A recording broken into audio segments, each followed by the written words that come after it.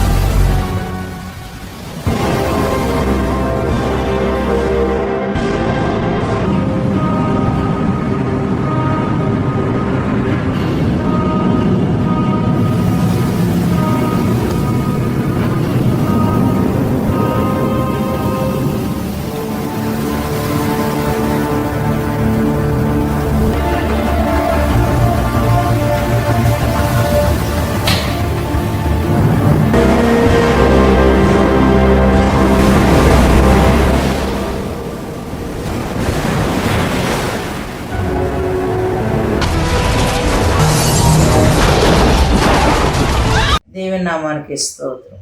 అయితే నా సాక్ష్యం చెప్తాను, వినండి. అయితే నేను ఎన్నో కష్టాల్లో నుంచి, ఎన్నో బాధల్లో నుంచి, ఎన్ని శ్రమల్లో నుంచి, అన్యజనుల కుటుంబంలో నుంచి నేను దేవుని తెలుసుకుని ఉన్నాను. నా తల్లి ద్వారాగా నేను దేవుని సన్నిధిలోనికి, దేవుని రక్షించబడటానికి ఆవిడ ఎంతో కన్నీటి ప్రార్థన నన్ను పట్టుకుందని ప్రతి ఒక్కరూ కూడా అంటారు. మా అమ్మగారి పేరు కుంపట్ల సుశీలమ్మ గారు, మా నాన్నగారి పేరు కె సత్యానందం గారు. ఆయన పేరు కూడా మరి ఆయన సేవకులుగా ఉండి నన్ను పెంచి అన్యులకు ఇచ్చారన్న ఆ యొక్క బాధ చేతనే నేను అన్యజనుల్లోనికి, రక్షణలో నుంచి మరి అన్యజనుల్లోనికి వెళ్ళిపోయినప్పటికీ కూడా అమ్మగారు ఏమనేవారంటే, దేవుడు నిన్ను విడువడు, ఎడబాయడు, ఎన్నడికి మర్చిపోడు. ఆయన నిన్ను పట్టుకుని పిండముగా ఉన్నప్పుడే, యెహెజ్కేలు గ్రంథంలో పిండముగా ఉన్నప్పుడే, రక్తపు ముద్దగా ఉన్నప్పుడే నేను ఆయన ఏర్పరచుకుని ఉన్నాను అన్నాడు. అలాగే దేవుడు నన్ను ఏర్పరచుకుని మరి నా బిడ్డలో, నా భర్త, నా కొడుకులు, ముగ్గురు కొడుకులు కూడా కొట్టి బయటికి తరివేసినప్పటికీ కూడా దేవుడు నన్ను విడిచిపెట్టకుండా ఆయన నన్ను ఆదుకుని, ఆయన నా శ్రమలోనైనా ఆయన తండ్రిగా, తల్లిగా, అన్నగా ఆదరించి ఉన్నాడు. ఆయన నామానికే స్తోత్రం. అయితే నన్ను బైక్ గుద్దెత్తే నేను అర మైళ్ళ దూరం వెళ్ళి పడ్డాను. అయితే ఈ చెయ్య కూడా ఇరిగిపోతే ఈవిడికి ఈ వయసులో రాదు అని డాక్టర్లు చెప్పారు. డాక్టర్లు చెప్తే, ప్రభువా నేను ఇలా దేకితా బ్రతకాలయ్యా, అయ్యా అయ్యా అయ్యా అయ్యా నేను ఇలా దేకితా బ్రతకలేనయ్యా, నన్ను తీసుకోయ్యా, లేదా నన్ను ముట్టుకోయ్యా, నన్ను స్వస్థపరచయ్యా, నన్ను రక్షించయ్యా, నన్ను రక్షించిన వాడు, నన్ను పిలిచిన వాడు నువ్వు విడిచిపోకయ్యా, నన్ను పిలిచిన వాడు నమ్మదగిన దేవా, నీకే స్తుతులు చెల్లించుకుంటున్నానని ప్రతి రాత్రికాల సమయంలో ప్రతిసారి అలాగే దేవుణ్ణి తెల్లరగట్లు 3 గంటలకు లేచి ప్రార్థన చేసుకుంటూ ఎవరికి వినపడకుండా నా బాధ, నా దుఃఖము ఆయనకే తెలుపుకుంటూ నేను బ్రతికి ఉన్నాను. అయితే దేవుడు నన్ను విడిచిపెట్టలేదు. దేవుడు నా కాలు వచ్చింది. మరి నేను ఇలా సాక్ష్యం చెప్తున్నానంటే ఆయన నామానికే మహిమ కలుగును గాక. అయితే దేవుడు ప్రతి వాక్యాల్లో నుండి నాతో మాట్లాడేవాడు.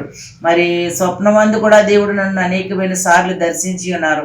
ఒకవేళ నన్ను ఆయన విడిచిపెట్టి ఉంటే నేనేమైపోదునో నాకే తెలియదు, నేను ఎక్కడ పోదునో నాకే తెలియదు. ఆయన కృపచేతను నేను బ్రతికి ఉండబట్టినే కదా ఈ సాక్షిగా నన్ను వాడుకుంటున్నాడు ఆయన. అందుకని ఆయన నామానికే స్తుతులు చెల్లించుకుంటున్నాను. అయితే మరి నాకు మరి పోయిన నెల మా వదిన కాకినాడ, మా పెద్దమైన మా కూతురు ఆవిడ కూడా దేవుని తెలుసుకున్నారు. ఈ ఎస్ఎస్ బాబు గారు నాకు ఫోన్ నెంబర్ ఇచ్చి, అమ్మ ఒకసారి వదిన ఆయనతో మాట్లాడి ఆయన మా ఇంటికి వచ్చారు.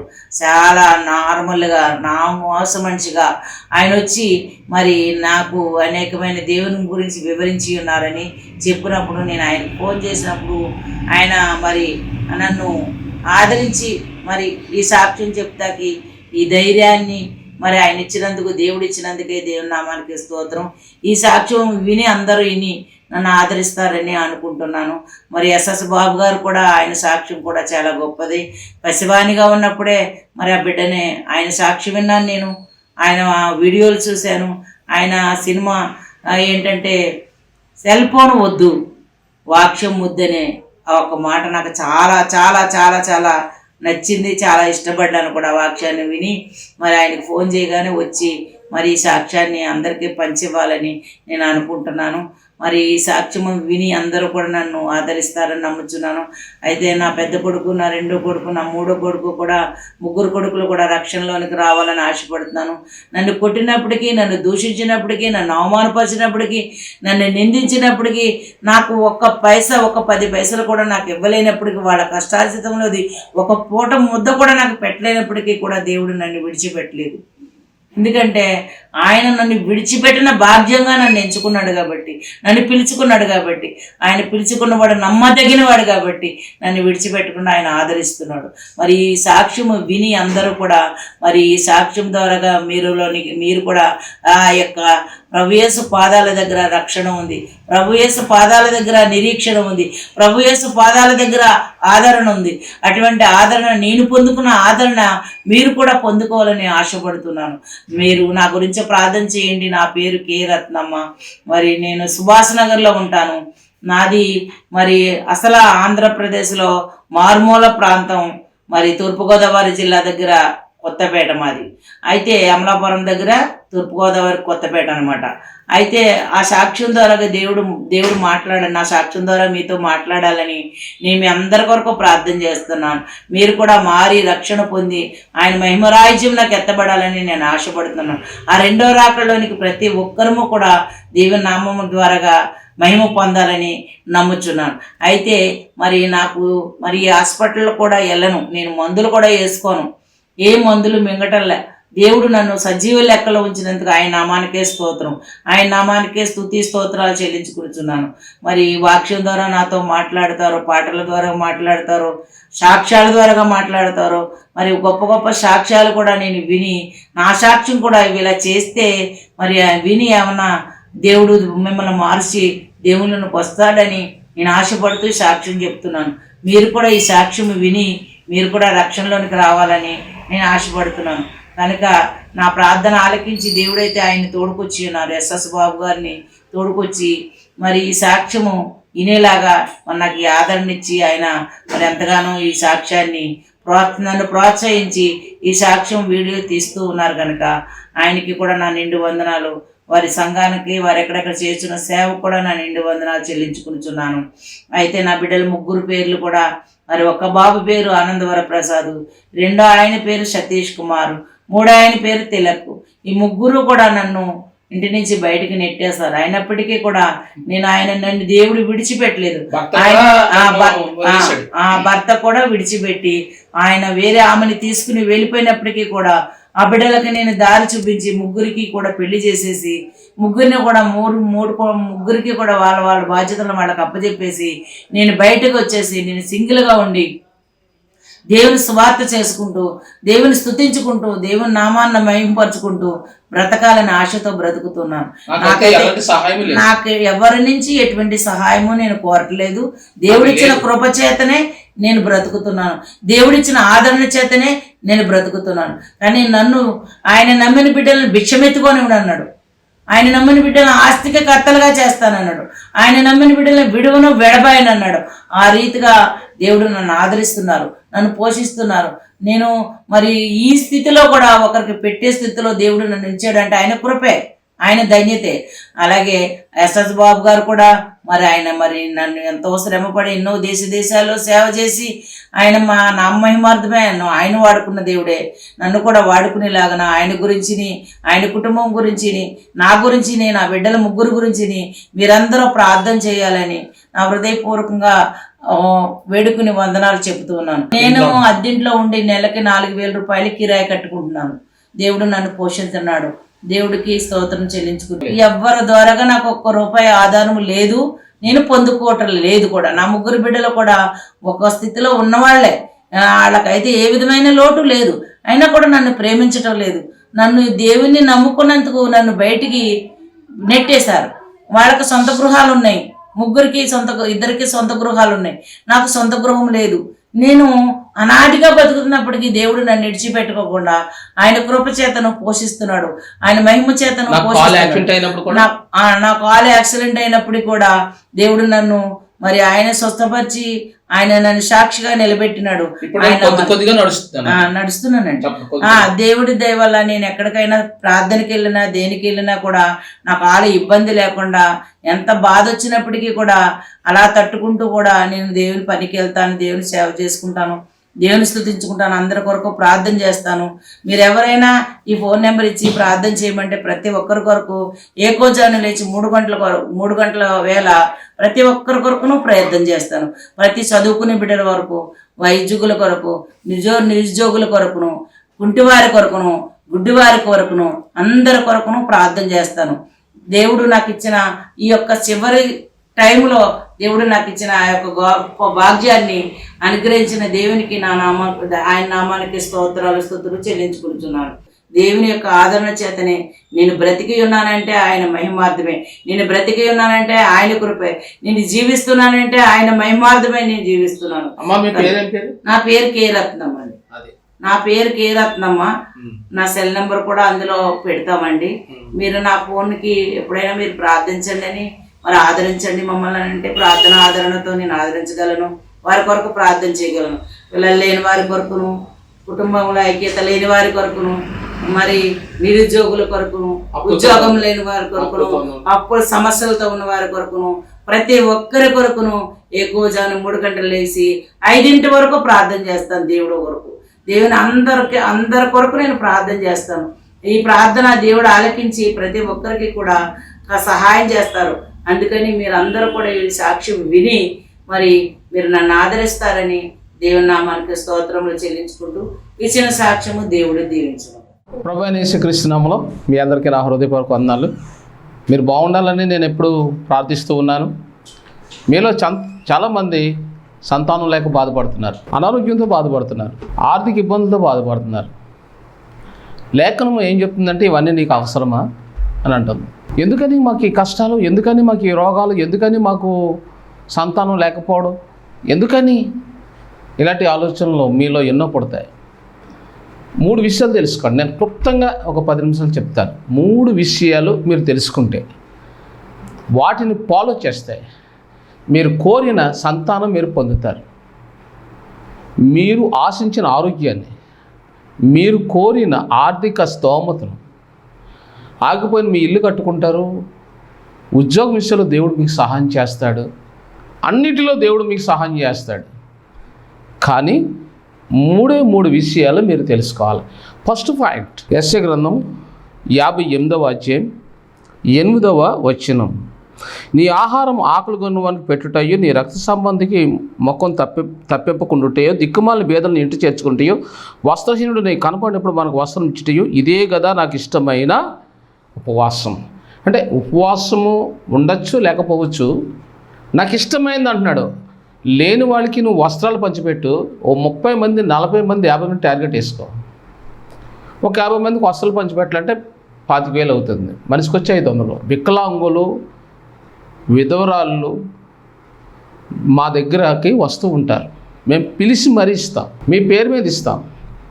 వాళ్ళు వస్త్రాలు ఎప్పుడైతే మీ పేరు మీద కప్పుకుంటారో వాళ్ళ దేహాలు దేవునికి మొరపెడతాయి. ఏమనంటే, పలానా ఆమె, పలానా కుటుంబం మాకు వస్త్రాలు ఇచ్చే, వాళ్ళకి బిడ్డలు ఇవ్వండి, ఒక కొడుకుని ఇవ్వండి, వారికి ఆరోగ్యం ఇవ్వండి, వాళ్ళకి మంచి భవిష్యత్తు ఇవ్వండి. ఇలా ఏం చేస్తాయంటే వాళ్ళ దేహాలు మిమ్మల్ని దీవిస్తాయి. ఇచ్చింది మీరే కదా. ఇది ఫస్ట్ పాయింట్. 9వ వచనంలో 8వ వచనంలో స్వస్థత నీకు శీఘ్రంగా లభించను, అలాగ నువ్వు చేసిన నీ వెలుగు వేకు చుక్కవలు ఉదయించను, స్వస్థత నీకు శీఘ్రంగా లభించును, నీ నీతి నీ ముందర నడుచును, అప్పుడు నువ్వు పిలువుగా యెహోవా ఉత్తరం ఇచ్చాను, నువ్వు మొరపెట్టగా నేను ఉన్నానన్ను. ఇది ఫస్ట్ పాయింట్. దేవుడు నీ మొర వినడం లేదంటే నువ్వు చాలాసార్లు ఆరోగ్యం కోసం డబ్బులు ఖర్చు పెట్టారు, లేక చాలామందికి చందాగా కానుకలు ఇచ్చారు. కానీ మీరు నేర్చుకోవాల్సింది ఇక్కడ అతి ప్రాముఖ్యమైన విషయాలు. నువ్వు పిలవగా దేవుడు నీకు ఉత్తరం ఇవ్వాలంటే యెషయా గ్రంథం 58, 8వ వచనం, 9వ వచనంలో స్వస్థత నీకు లభించును, ఇదే కదా నాకు ఇష్టమైనది అన్నాడు. 1 వస్త్రాలు పంచిపెట్టాలి. ఎవరికి? తల్లిదండ్రులు లేని వాళ్ళకి, కుంటువారికి, గుడ్డువారికి. ప్రతి నెల మేము పంచిపెడతాం. మీరు పంచిపెట్టండి. రెండో పాయింట్, హగ్గై గ్రంథం 1:4 ఈ మందిరం పాడై ఉండగా మీరు సరంబి వేసిన ఇండ్లలో నివసించుటకు ఇది సమయమా? మీ ప్రవర్తనను గురించి ఆలోచించుకొనుడి. మీరు విస్తారంగా విత్తినను మీకు కొంచెమే పండాను. అంటే మీ పంట కొంచెమే పండింది అంటాడు. పంట అంటే దేవుడు పిల్లలు ఇవ్వడం కూడా పంటే, ఆరోగ్యం కూడా అది ఒక పంటే. మీ కుటుంబంలో శాంతి కరువైంది అంటే శాంతి అనే పంట కరువైంది. దేవుడు మీకు శాంతిని ఇవ్వాలి, బిడ్డలను ఇవ్వాలి, ఐశ్వర్యం ఇవ్వాలి, అప్పుల నుంచి విడిపించాలి, మీ గృహం కట్టాలి, మీరు సొంత ఇంట్లోకి వెళ్ళాలి. ఇదంతా పంట. దీన్ని ఆశీర్వాదం అనే పంట అంటారు. అయితే ఇక్కడ హగ్గై గ్రంథంలో దేవుడు ఏమంటున్నాడంటే, మందిరం పాడైంది, మీరు మందిరాన్ని పక్కన పెట్టారు, పిల్లలు కావాలంటున్నారు, ఆరోగ్యం కావాలంటున్నారు, నీకు ఎలాగ ఇవ్వబడుతుంది? నీ కుటుంబంలో నువ్వు ఏదేదో కావాలని కోరుకుంటున్నావో అది నేను ఇవ్వాలంటే నువ్వు నా మందిరానికి నువ్వేం చేయాలి? చేయి చాపాలి. నువ్వు మందిరం కొరకు చేయి చాపితే దేవుడు నీ జీవితంలో చేయి చాపుతాడు, నీకు సహాయం చేస్తాడు. నువ్వు దేవునికి ఇవ్వందే ఏం పొందుతావు? అప్పుడు అనే పదం ఉంది. మీరు ఏదైనా మార్కెట్లోకి వెళ్ళి ఇవ్వకుండా ఇచ్చాక అప్పుడు మీరు ఏదైనా తెచ్చుకుంటారు. ఇవ్వకుండా మీరేం తేలేరు. అలాగే దేవుడు హగ్గై ద్వారా ఏం చెప్తున్నాడంటే, ఈ మందిరం పాడయ్యింది, మీరు మంచి ఇల్లులో ఉంటున్నారు. మరి నా మందిరం నువ్వేం చేసావు? ఒక 50,000 ఇచ్చావా? ఇప్పుడు ఓ బలిపీఠం కడుతున్నాడు, మేము 80,000 అవుతుందని చెప్పాను, ఎవరో వినలేదు. మీరు వింటున్నారా? నేను మందిరాన్ని స్లాబ్ వేస్తున్నాను, దానికి 10 లక్షలు అవుతుంది. మీరు ఎంత ఇవ్వగలుగుతారు?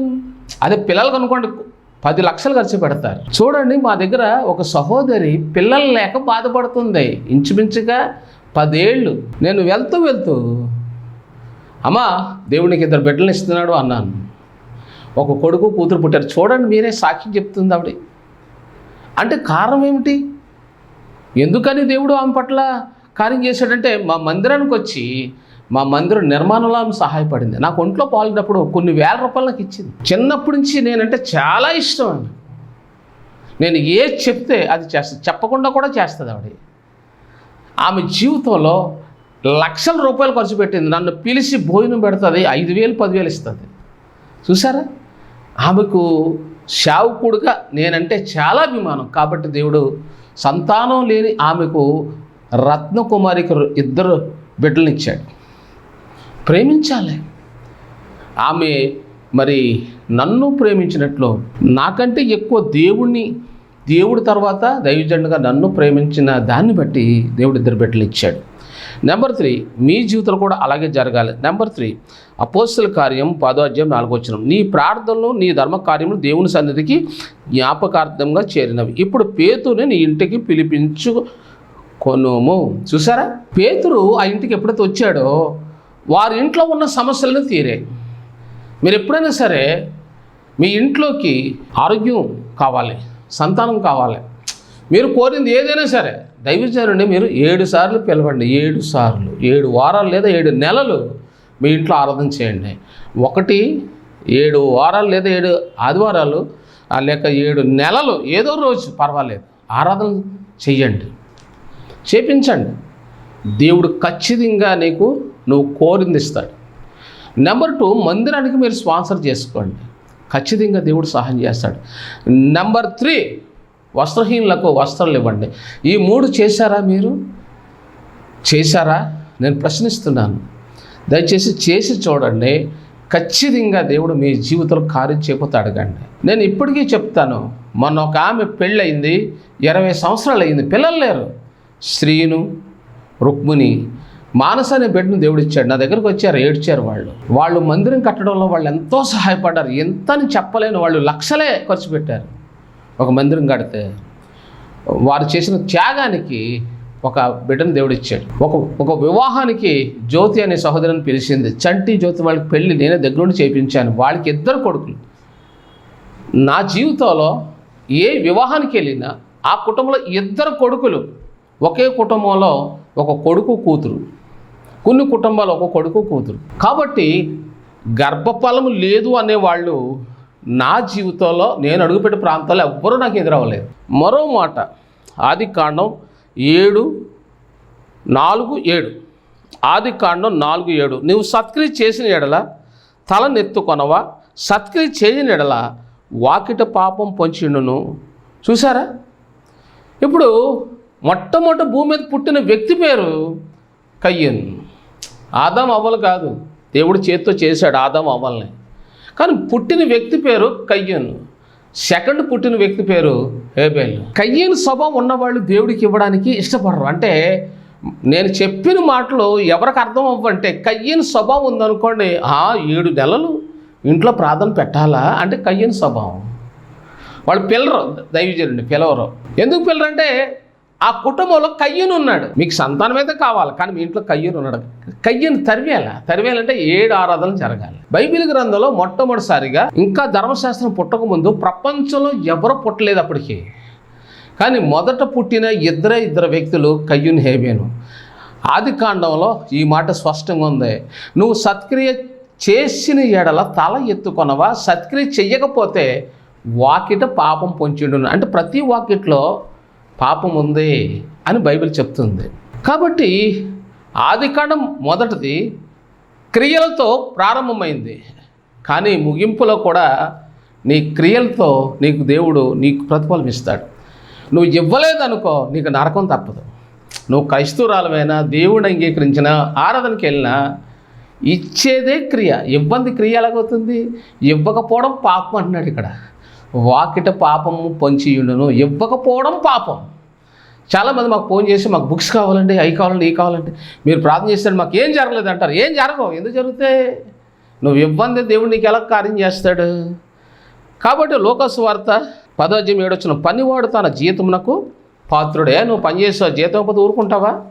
ప్రార్థన చేశాక మాకు కూడా నెలకు 2,000 నువ్వు ఇవ్వగలవా? ఇవ్వు. ఇప్పుడు మీరు నాకు పరిచయం 5 నెలలు అయింది. నెలకు 1000 రూపాయలు చొప్పున లెక్క వేసుకోండి, మీకోసం నేను డైలీ ప్రార్థన చేస్తాను. నెలకు 1000 రూపాయలు చొప్పున 5,000 అయింది. మరి 5,000 నువ్వు నాకు ఇచ్చావా? 1000 రూపాయలు కూడా ఇవ్వలేదు. మరి దేవుడు 10,000 ఇస్తావా? దేవుడు నీకు సంతానం ఇస్తాడు, ఆరోగ్యం ఇస్తాడు, నీ జీవితాన్ని కడతాడయ్యా అంటే నువ్వేనవు. పనివాడు జీతానికి పాత్రుడు అంటే నీకు జీతం అవ్వకపోతే నువ్వెలాగలుగుతావు? అవతల వాళ్ళు ప్రార్థన చేస్తే దానికి ఫలితం నువ్వు ఇవ్వకపోతే దేవుడు అలుగుతాడు, నీకు ఇవ్వాల్సింది ఇవ్వడం. 1 కొరింథీ 15:47 మొదటి మనుష్యుడు కయ్యూను, భూ సంబంధి అయి మంటి నుండి పుట్టినవాడు. 2వ మనుష్యుడు హేబేలు అనగా క్రీస్తు, పరలోకం నుండి వచ్చినవాడు. చూసారా? భూలోక సంబంధి కయ్యూను స్వభావం ఉంటుంది. ఈ కయ్యూను స్వభావం ఎవరికైతే ఉంటుందో వాళ్ళకి పిల్లల్ని ఇవ్వడం దేవుడు. కయ్యూను స్వభావం ఉన్న వాళ్ళకి సత్క్రియలు ఉండవు. అంటే మందిరం నిర్మాణంలో చేతులు చాపరు, 7 ఆరాధనలు అంటే ఒప్పుకోరు, పేదలకి దీనులకి వస్త్రాలు పంచుతామంటే ఒప్పుకోరు. ఇది ఏ స్వభావం? భూమి మీద కయ్యూను స్వభావం. ఒప్పుకునే స్వభావం హేబేలు, క్రీస్తు స్వభావం. అందుకనే మొదటి మనుష్యుడు ఎవరంటే కయ్యూను అంటున్నాడు ఇక్కడ. వాక్యం చెప్తుంది. కానీ కయ్యూను నీ జీవితంలో ఉంటే నువ్వు ఎప్పటికీ సంతానం పొందలేవు. కయ్యూను మనసు నీకుంటే నువ్వు ఎప్పటికీ మందిరాన్ని బలపరచలేవు. కయ్యూను స్వభావం నీకుంటే ఒక 50 మంది 100 మందికి వస్త్రాలు పంచమంటే పంచం. ఎందుకంటే నీలో ఉన్నది హేబేలు, క్రీస్తు స్వభావం కాదు, కయ్యూను స్వభావం నీలో ఉంది. కయ్యూను స్వభావం ఉన్న వాళ్ళు ఎప్పటికీ దీవించబడరు. వాళ్ళకి నెమ్మది ఉండదు. 10 లక్షలు ఖర్చు పెట్టమంటే పిల్లల కోసం హాస్పిటల్కి ఇస్తారు, కానీ దేవుడికి లక్ష్యం ఇవ్వరు. అది పాపం నీ వాకిట్లో ఉంది అని ఆది కాండం 4:7 చెప్తుంది. నీ గర్భసంచిలో ఒక బిడ్డను పెడతాడు, మగ బిడ్డను పెడతాడు. నీ గర్భసంచి శుద్ధి చేయబడాలి అని అంటే, దేవుడు ఒక బిడ్డను పెట్టాలంటే మందిర నిర్మాణంలో మీ హస్తాలు చాపండి. 1000, 2000 కాదు, 5000, 10,000 కాదు. నువ్వు ఇంతకుముందు బిడ్డల కోసం ఖర్చు పెట్టిందంతా ఒక లెక్క వేసుకొని దానికి రెట్టింపు నువ్వు దేవుడికి ఇవ్వగలిగితే నువ్వు దేవుడు ప్రేమిస్తున్నట్టు నిర్ధారణ చేసుకోవాలి. అప్పుడు దేవుడు నీకు ఇస్తాడు. కానీ అంత ప్రధానమంత్రి నయమాను అన్యుడయ్యుండి ఎలీషా చెప్పిన మాట విన్నాడంటే యోర్దానుకి వెళ్ళి 7 సార్లు ములిగాడు. ఇప్పుడు 7 సార్లు మీ ఇంటికి పీలంటే అనుమానిస్తారు. ఎందుకంటే మీరు క్రైస్తవుల కంటే హిందువు అయిన నయమాను ప్రధానమంత్రి రైటు. ఎందుకంటే ఆయన ఒక హైందువే, అతనికి దేవుడు అంటే తెలియదు. కానీ ఎలీషా మాట విని క్రైస్తవుడిగా మారాడు, దేవుని బిడ్డగా మారాడు, స్వస్థత తెచ్చుకున్నాడు, తన ఉద్దేశాలు నెరవేర్చుకోగలిగాడు. అతను తెచ్చిన కానుక 12 లక్షల కంటే ఎక్కువ ఉండదండి, అది కొంతమంది పండితులు అంటున్నారు. కానీ ఎలీషా తీసుకోలేదు. చూడండి ఎంత దాతృత్వమో. ఎలీషా మాట ఎందుకు నెరవేరుందో తెలుసా మీకు? ఎలీషా ఆ ఇంటికి ఒక్కడే వారసుడు. తనకున్న కోట్ల ఆస్తిని విడిచిపెట్టాడు కాబట్టి ఎలీషా మాటను దేవుడు అమలుపరిచాడు. చివరికి ఒక మాట చెప్తాను. యాకోబు 2:10 ఎవడైనా నువ్వు ధర్మశాస్త్రం అంతయు గైకొని ఒక ఆజ్ఞ విషయంలో తప్పుపోయిన ఎడల ఆజ్ఞలన్నిటి విషయంలో అతడు అపరాధియగును. ఏమవుతాడంట? ఒక్క ఆజ్ఞ మీరితే అన్ని ఆజ్ఞలు మీరు గుడికి వెళ్తావు, చందేస్తావు, అన్నీ చేస్తావు, కానీ ఇప్పుడు చెప్పబడిన దానికి నువ్వు న్యాయం చేయకపోతే అపరాధం అంటున్నాడు. అంటే నువ్వు పాపిగా అంటున్నాడు. మరి నువ్వు పాపిగా మిగిలిపోతావా, పరిశుద్ధురాలుగా మిగులుతావా? పరిశుద్ధురాలుగా మిగిలితే నువ్వు అడిగిందని ఆయన ఇస్తాడు. ఇప్పుడు చెప్పిన వాక్యం ఒక్కసారి మీరు పరిశీలన చేసి దాని ప్రకారంగా జీవించండి. ఒక సహోదరి సాక్ష్యం చెప్తుంది, మీరు వినండి. ఆ తల్లి వృద్ధాప్యంలో 3 కొడుకులకు పెళ్లి చేసింది. పెద్ద కొడుకు పెళ్ళి అయిపోయిన తర్వాత పెద్ద బెకెట్ తెచ్చి అమ్మను కొట్టాడు. తల పగిలిపోయింది. ఆమె పేరు రత్నమ్మ. తల పగిలిపోయింది. ఆ నడు రోడ్లో వదిలేసి వెళ్ళిపోయాడు. రక్తం కారుకుంటూ వస్తుంటే ఒక ఆటో ఢీ కొట్టింది. కాలు ఇరిగిపోయింది పాపం. నేను ఆమెను వెతుక్కుంటూ హైదరాబాద్ వెళ్ళాను. ఆమెను వెతుక్కొని వెళ్ళి ఏదో నాకు తోచింది నేను చేశాను. ఆమె సాక్షి విన్నప్పుడు నేను చాలా ఏడ్చాను. నా తల్లి లాంటిది. ఈమెకు 3 కొడుకులు కూడా, ఒక్క కొడుకు కూడా ఆ తల్లికి 10 రూపాయలు ఇవ్వడం లేదు. మీరు ఏమన్నా కానుక పంపించి అలాంటి వాళ్ళకి సహాయం చేయండి, దేవుడు మిమ్మల్ని దీవిస్తాడు. చూడండి, రత్నకుమార్ అని ఆమెకు పిల్లలు లేరు, 2 బిడ్డలు దేవుడు ఇచ్చాడు. ఆ తల్లికి సహాయం చేయండి, మీ జీవితాలు దేవుడు కడతాడు. బైబిల్లో అద్భుతమైన విషయాలు మీరు విన్నారు. ఈ వాక్యము మీరు గైకోనండి, దేవుడు మీకు సంతానము ఇవ్వకపోతే మోకరించి దేవుడిని అడగండి, ఆస్తి ఎదురు చూడండి. దేవుడు ఈ మాటలు దించిన పరిశుద్ధ ఈ వాక్యం విన్న బిడ్డలతో మీరు మాట్లాడారు. మీరు జీవితాలు కట్టండి, ఒక బిడ్డనివ్వండి, ఆరోగ్యం ఇవ్వండి, వీళ్ళ జీవితంలో సమాధానం ఇవ్వండి, వారి పరిస్థితులన్నీ ఆశీర్వాదాలతో నింపండి. ప్రతి అడ్డు ఆటంకం యేసు నామములో బాధించండి. ఒక్క బిడ్డనిచ్చి ఈ కుటుంబాన్ని తృప్తిపరచండి. యేసు నామములో ప్రార్థిస్తున్నాం తండ్రి, ఆమేన్. వందనాలు. ముందుగా దేవాది దేవునికి వందనాలండి. ఎస్ఎస్ బాబాయ్ గారికి, అమ్మగారికి నా వందనాలు. మీ అందరికీ నా వందనాలండి. మాకైతే పెళ్ళయ్యే సంవత్సరాల దాకా పిల్లలు లేరండి. అయ్యగారు వచ్చి ప్రార్థన చేయగా నాకైతే ఒక బాబు, ఒక పాప, ఒక బాబు 2 పుట్టారు, 2 పిల్లలు పుట్టారు. దేవుని నామములో ఎన్నో వందనాలండి. ఎస్ఎస్ బాబాయ్ గారి ప్రార్థన వల్ల మేము ఎంతగానో అభివృద్ధి చెందుతూ ఉన్నామండి. ముఖ్యంగా అయితే మాకు ఒక గృహం లేదండి, మా గృహం కోసం ప్రార్థన చేయమని అడుగుతున్నానండి. అలాగే నా భర్త విషయంలో అయితే దేవుడు ఎంతో మేలు చేశారండి. మా ఆయన గారి చేతి మీద కంటి వచ్చిందండి. ఆ కంటి విషయంలో అయితే నేనైతే ఎంతో భయపడ్డాను. చేతికి ఆపరేషన్ చేయించాము. అదైతే క్యాన్సర్ అని వచ్చిందండి. దాంట్లో మేమైతే చాలా భయపడిపోయాము. కానీ ఎస్ఎస్ బాబాయ్ గారు వచ్చి మమ్మల్ని ఎంతో ధైర్యపరిచారండి. దేవుడు గొప్ప దేవుడు, నీ పట్ల మేలు చేస్తాడమ్మా, నీవు భయపడకని చెప్పారండి. అయ్యగారు, అమ్మగారు ఓ తల్లిదండ్రుల్లో మమ్మల్ని ఓదార్చారండి. నా భర్త విషయంలో మేము ఎంతగానో చింతించినప్పటికీ తర్వాత మళ్ళీ మేము పెట్ స్కానింగ్ చేయించినప్పటికీ ఎటువంటి క్యాన్సర్ లేదని వచ్చిందండి రిపోర్ట్లోను. దేవునికి ఎన్నో వందనాలండి. అందరూ కూడా మా కోసం మేము మంచి గృహం కట్టుకునేలాగును, మా కుటుంబం అంతా దేవునిలో ఎదిగేలాగును ప్రార్థన చేయమని అడుగుతున్నానండి. ఈ కొద్ది సాక్ష్యము దేవుడికి ఇచ్చింది. మరి చేతిలో మంటివలే తల్లి ఒడిలో పసిబిడ్డవలే అయ్యా నీ కృపతో నన్ను మార్చును యేసయ్యా నీ పోలికగా నన్ను తీర్చును.